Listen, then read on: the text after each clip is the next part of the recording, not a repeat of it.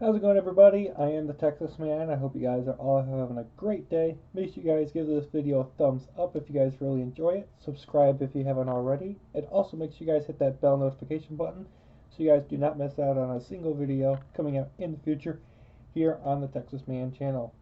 With that, we're going to be discussing Star Wars The Clone Wars Season 7, Episode 1, The Bad Batch. So, if you guys haven't had a chance to watch the first episode on Disney Plus, I highly encourage you guys to do so. This episode review and all the episode reviews that I'm going to be doing here on the Texas Man channel will have spoilers. So if you guys don't want to know anything spoiler-wise for the Clone Wars final season, make sure you guys watch the episodes before you guys end up watching my reviews. With that, let's talk about positives and negatives.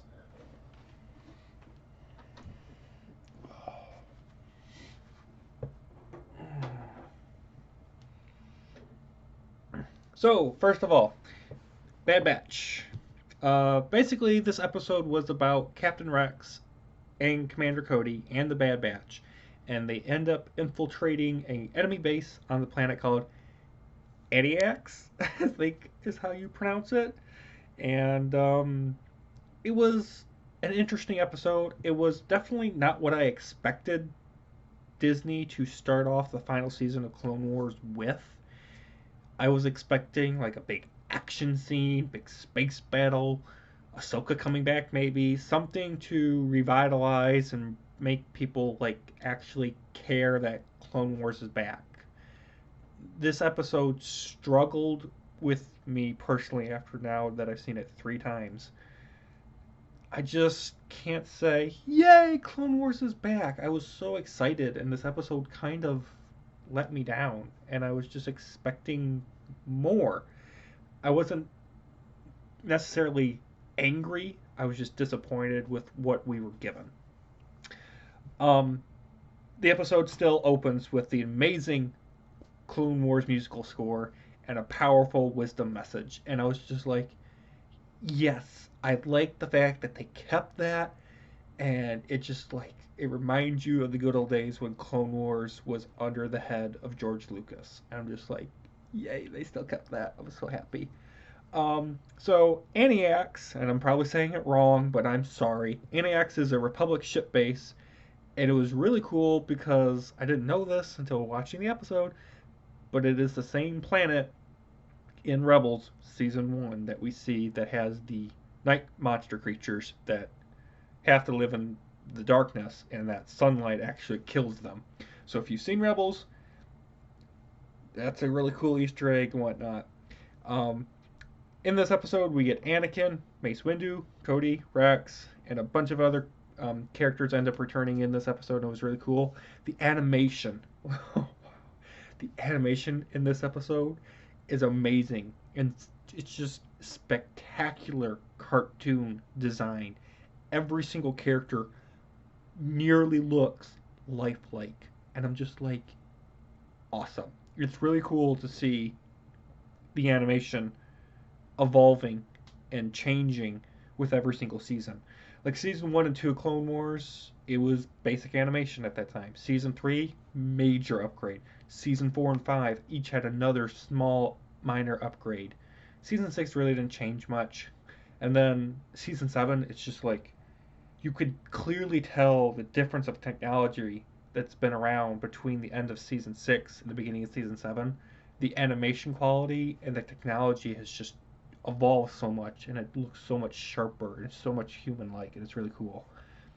This episode also reminds us that many of the clones that we started off with at the beginning of the show have all died in the Clone Wars, and it was really cool to see them actually, remember, Fives, Echo, people like that we've lost in this show that we've grown accustomed to and attached to. Let's talk about the Bad Batch now. I know that's what you guys are really curious about. The Bad Batch basically is a Spec Ops team or a SEAL team, and you fall in love with them instantly. Their leader is just giving orders. You've got a heavy that can lift a gunship all by himself. You've got a engineer dude that just hacks walls and consoles and stuff. You've got your sniper, and then you've got There's a fifth person, but I can't remember. But they all work in sync and they're really cool. And basically, they're all clones, but they have genetically modified themselves to be good at one thing and one thing only. And they really don't like working with OG clones, which was kind of interesting. This episode did have a lot of fast paced action and it was really high octane.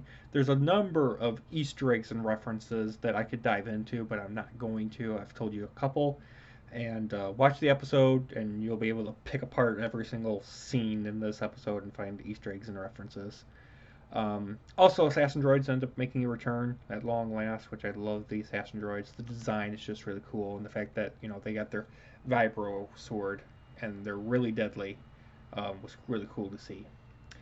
Um, for negatives, I kind of wish that the droids were smarter. I mean, the Clone Wars has been going on for almost 6-7 years, and the droid still doesn't. The droids, I know that they do it for giggles in this show, but at least in the prequels movies, the droids were somewhat of a threat. And I'm just like, okay, this is leading up to Revenge of the Sith. Why are the droids still so stupid? I get they do it for comedy reasons, but it's getting to a point I'm like, okay, you guys are supposed to be the army that wipes out the clones. Just please get smarter, please. Okay. Um, Another negative thing that really drove me up a wall, and I really just don't like, is one of the Bad Batch guys ends up using a clone commando blaster, and this clone is not a commando. So honestly, it breaks canon, and it lessens the importance.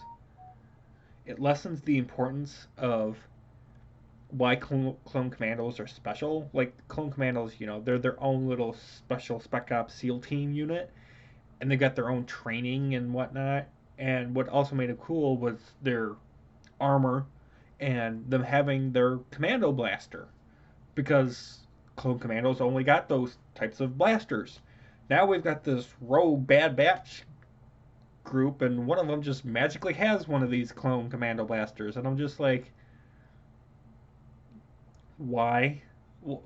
Why? So it really makes Clone Commandos seem insignificant, in my opinion, and like Disney is trying to just make the Clone Commando video games and anything with Clone Commandos in it just seem like whatever. They're just normal dudes that somehow have this blaster, and so it makes the Clone Commando blaster also just seem like it's a standard gun. It doesn't really have any special reasoning for existing. I'm like, the Clone Commando blaster is a assault rifle LMG, and then you can configure it and change it into a grenade launcher within 3 seconds. And those grenades are anti-armor, so we can take out vehicles and tanks and whatnot super easily. And I'm just like, I kind of wanted it to actually not break canon in my love of a certain Star Wars gun and Spec Ops team, and it did. Um, Moving on. The ending, honestly, for this episode was weak, and it really makes you want more. Like the end of the episode kind of just comes to a screeching halt, and I understand that this episode is the beginning of a 3 to 4 episode story arc, but I'm just like, it kind of just like, okay, we finished a big action scene, we're escaping, and the end, and I'm just like, why did it come to a conclusion so fast?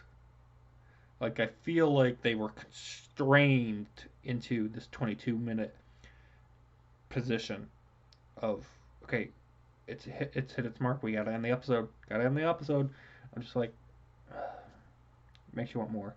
And then honestly, this is gonna be a very forgettable episode because there's only one thing in this episode that honestly matters to the overall Clone Wars story, and that is Echo is still alive. Echo is somehow alive. And I honestly thought that when he was killed off at the Citadel in, I believe, season 4, all you see is his helmet. They never recover his body, and you never see his body actually dead. And I find that to be a very interesting and convenient thing that they've pulled from a past season.